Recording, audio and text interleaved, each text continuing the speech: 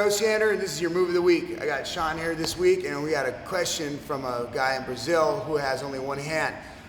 He wants me to figure out something that he can do for grips and stuff like that. And I know you got one good hand, so I'm gonna show you what I think you should do. With your side control and everything, it's pretty much gonna be the same. Even though you don't have a hand, I want you to use your elbow more or your forearm to pin the guy, right?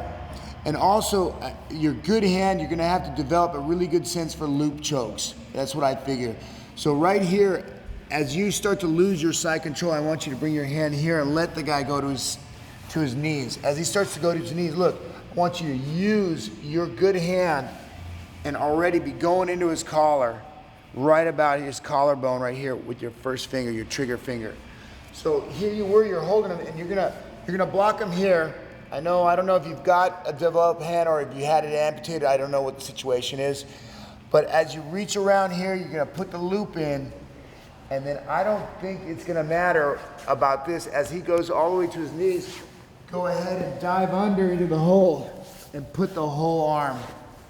See, I don't need my hand. Let's put the whole arm and drop him into a nice choke right here and look over your shoulder and extend.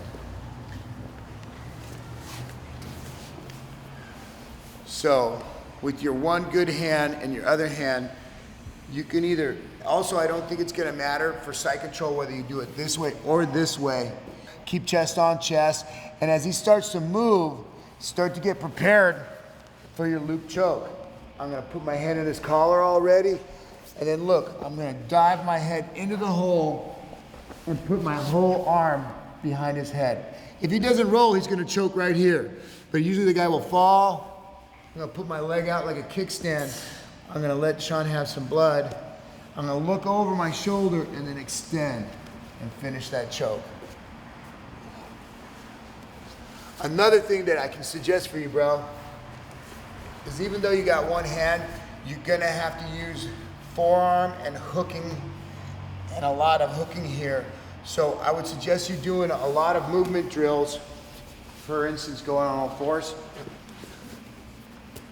Using a lot of movement drills so that you're almost tight to the guy, even though you don't have one hand, and then get really good at a clock choke here. And even though you can't grab with this hand, just stick it underneath here so you can trap him and then do your clock choke too. And that's your move of the week. Go train.